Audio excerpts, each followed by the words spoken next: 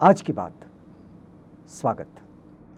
आप जानते हैं कि आज की बात में इस समय हम लोग धम्मचारी पद्मबोधि से बातचीत कर रहे हैं और बुद्ध वचनों के आलोक से जो मार्गदर्शन हमारे जीवन के लिए आता है उसे हम अपने पक्ष में समझने का प्रयास कर रहे हैं। आइए इसी कड़ी में आगे बढ़ते हैं, लेकिन आपको याद दिला दें कि पिछली कड़ी में हमने ये जानना और ये समझना चाहा कि कैसे शीलों का आचरण ये धम्म का एक आधार होता है।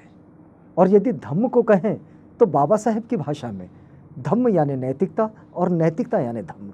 तो आइए इसी बातचीत को आगे बढ़ाते हैं। धम्मचारी पद्मबोधि, आपका स्वागत। हमने जैसे पिछली कड़ी में जो बातचीत की कि नैतिकता धम्म है और धम्म नैतिकता है, लेकिन ये बात जो आई ये शीलों के आचरण के साथ आई, तो आप कैसे समझाएंगे कि शीलों का आचरण ये दुख मुक्ति के रास्ते पर हमें कैसे लेकर जाता है? शीलों के बारे में जब हम बात करते हैं तो सबसे पहले आता है पंचशील। जी, सर्वसामान्य उपासकों के लिए, व्यक्ति के लिए, जो सामान्य रूप से बौद्ध धर्म के एक आधारभूत शिक्षा के रूप में भी पूरी दुनिया जानती है। जैसे बुद्ध के धम्म का सीधा संबंध जी मनुष्य के मन से है।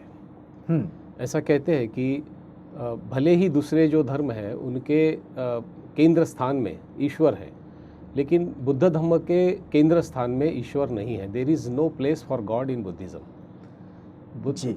ईश्वर के लिए कोई स्थान नहीं है। नसीब, ये जो ग्रह तारे हैं, ये इसके लिए कोई स्थान नहीं है। मन ही प्रमुख है और इसीलिए धम्मपद की पहली गाथा भी है। जी, वहीं से धम्मपद, वहीं से धम्म का प्रारंभ मनोपुब्बंगमा धम्मा, मनोपुब्बंगमा धम्मा, मनोसेट्ठा मनोमया, मनसाचे पदुट्ठेन भासतिवा करोतिवा। तो प्रारंभ मन से होता है और मन ही प्रारंभिक है और मन ही सभी विषयों का उगम स्थान है। जी, निर्माता है। मन से ही सभी चीज़ें पैदा होती है। तो इसीलिए धम्म जो है वह इसी मन को परिवर्तित करने का एक जरिया है, एक माध्यम है। अगर आपका मन बदल गया जी तो मनुष्य बदल गया। मन बदल गया तो मनुष्य बदल गया, उसका व्यवहार बदल गया, क्योंकि जो व्यवहार होते हैं वह मन से ही उत्पन्न उस विषयों से, उस क्रियाकलापों से होते हैं। जी, जैसा आपका मन है, अगर आपका मन द्वेषी है, गुस्सेल है, चिड़चिड़ा है, तो आपका व्यवहार भी वैसा ही होगा। तो ये इस मन को डायरेक्ट करने में क्या पंचशीलों का आचरण मदद करता है? तो पंचशील जो है यह पहली बात तो यह है कि धम्म का आचरण या निर्वाण की प्राप्ति यह एकाएक नहीं होती। यह एक निरंतर चलने वाली प्रक्रिया है। It's a gradual process. जी, तो आपको अगर निर्वाण तक पहुंचना है तो आपको कहीं ना कहीं से प्रारंभ करना पड़ेगा। तो सबसे पहले अगर आपको कोई बड़ी चीज़ समझना है तो आपको समझना है, मतलब मन से, तो मन को पहले हमें कल्टीवेट करना पड़ेगा, मन को पहले तैयार करना पड़ेगा। और ये तैयारी है पंचशील। मतलब जैसे कोई बीज बोने के लिए किसान पहले जमीन तैयार करता है। तो अगर आपका मन अकुशल भावनाओं से, बुरी भावनाओं से, नकारात्मकताओं से अगर भरा पड़ा है तो कोई भी अच्छी बात उसमें घुसेगी नहीं। तो इसलिए पहले मन के भीतर जो भी नकारात्मकता है, जो भी बुराइयां है, जो मैल है, उसको धीरे धीरे आपको कम करना पड़ेगा। और वह कम कैसे करे, तो इसका साधन है पंचशीलों का आचरण। इसलिए पंचशील आप देखिए नकारार्थक है कि मैं ऐसा नहीं करूँगा, मैं इससे विरत रहूँगा। जी, पहले शील की बात करते हैं हम कि मैं पांचों शील तो नहीं बताऊंगा, समय नहीं है। पाना तिपाता वेरमणि सिक्खा पदं समाधियामि। जी, मतलब मैं किसी भी प्रकार की प्राणी हिंसा या किसी भी जीव हिंसा से मैं विरत रहूंगा, या भी हिंसाचार से, या मैं ये नहीं करूंगा। जी, वो चारित्य और वारित्य ऐसे दो प्रकार के शील होते हैं। जी, ये और अलग विषय है। हाँ। तो नहीं करूंगा, मैं किसी प्रकार किसी जीव की हिंसा नहीं करूंगा।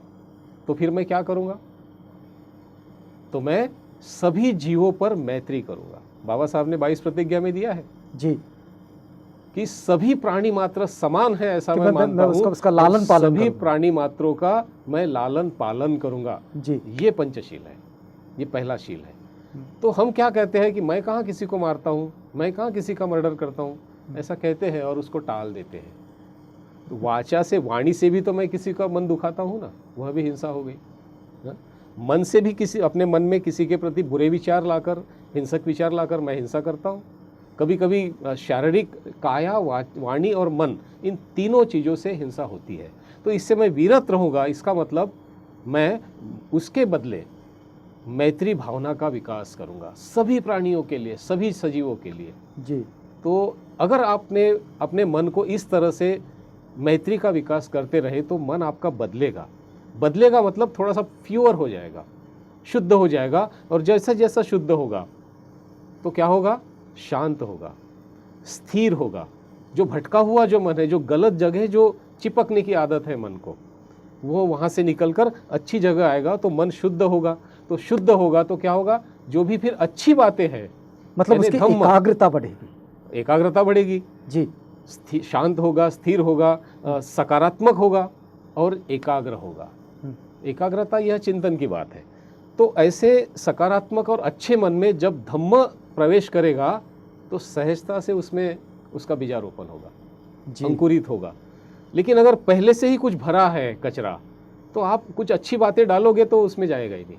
तो ये एक उदाहरण के तौर पर जैन मास्टर, मतलब जैन संप्रदाय है जी हाँ, जापान में जी। तो एक जैन मास्टर के और एक व्यक्ति आया, बहुत बुद्धिमान था, बहुत ही अपने आप को पंडित समझता था। तो चर्चा करने आया तो उसने कहा कि आइए बैठिए। और जैन मास्टर ने चाय का कप रखा और उसमें चाय होने लगा, क्या बोलते, डालने लगा जी। तो वो डालते रहा, वो भर के पूरा नीचे गिर रही। वो विद्वान व्यक्ति ने कहा, आप क्या कर रहे हैं, ये तो पूरा कप भर गया है और आप वो तो नीचे गिर रही है।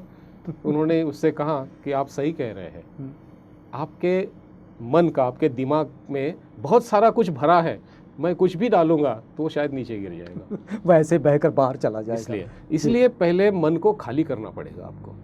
तो ये मन को खाली करना मतलब ये क्या प्रोसीजर है? मन को खाली करना मतलब मैंने जैसे अभी कहा कि पंचशील के आचरण से मन को खाली करना या मन को शुद्ध करना, मतलब जो भी नकारात्मकता है उसको धोना, मतलब जो मन में जो नकारात्मकता भरी होती है उससे निकाल बाहर करना। तो और फिर उसमें कोई सकारात्मक चीजों को तभी आएगी ना, जब तक वो निकलेगी नहीं। जी जी जी जी, जी। बुद्ध का ये कैसा है, ये एक प्रारंभिक चिकित्सा है, ये उपचार है जी, या इलाज है, धम्म दवा है ना। लेकिन कुछ लोग कहते हैं कि भाई ये ध्यान का प्रैक्टिस बड़ा महत्वपूर्ण है। कुछ लोग क्या कहते हैं कि नहीं पूजा पाठ ही ज़्यादा महत्वपूर्ण है।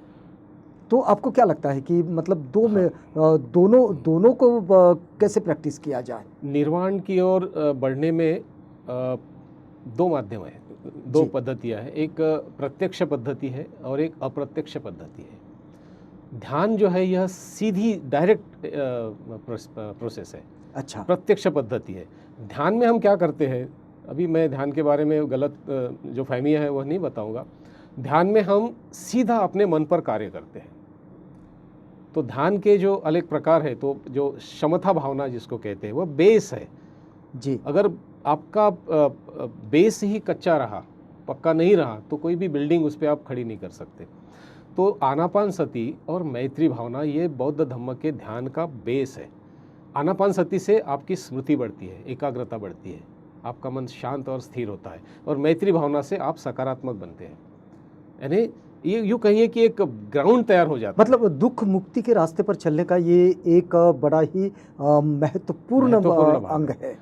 सतीपट्ठान सूत्र जो बुद्ध ने स्वयं बताया। धम्माचारी पद्म बोधि, मैं आपको यहाँ पर रोकना चाहूँगा क्योंकि हमारा वक्त पूरा हो रहा है। हम आपको बता दें कि हम इस समय धम्माचारी पद्म बोधि से बातचीत कर रहे हैं आज की बात में। आज की बात की इसी कड़ी में ये जो बात आनापान सती और मेत्ता भावना तक पहुँचती है, इसी बात को थोड़ा विस्तार से समझेंगे, लेकिन अगली कड़ी में जब कल आपसे मुलाकात होगी। तो तब तक के लिए हमें इजाज़त दीजिएगा, लेकिन आप बने रहिएगा आज की बात के साथ।